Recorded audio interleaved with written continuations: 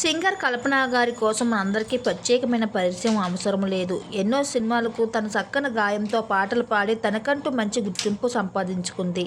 అలాగే ఎన్నో షోలో జడ్జిగా వ్యవహరిస్తూ అందరినీ అలరిస్తూ ఉంటారు ఇక బుల్లితెరపైన అయితే తనకంటూ సింగర్ కాకుండా పర్సనల్ లైఫ్లో ఎలా ఉంటుందో మన అందరికీ తెలియజేసింది. బిగ్ బాస్ షోలో వంటి వచ్చి అందరినీ ఎంటర్టైన్ చేశారు కల్పన గారు. అటువంటి కల్పన గారి జీవితం పూలబాటని ఏమీ కాదు. తను ఎన్నో కష్టసుఖాలు ఎదుర్కొని చావు బతుకుల వరకు వెళ్ళి తిరిగి వచ్చారు అంటూ కల్పన గారు చెప్పుకొచ్చారు. కల్పన గారి జీవితం గాథ విన్న ప్రతి ఒక్కరూ కన్నీళ్లు పెట్టుకోవాల్సిందే.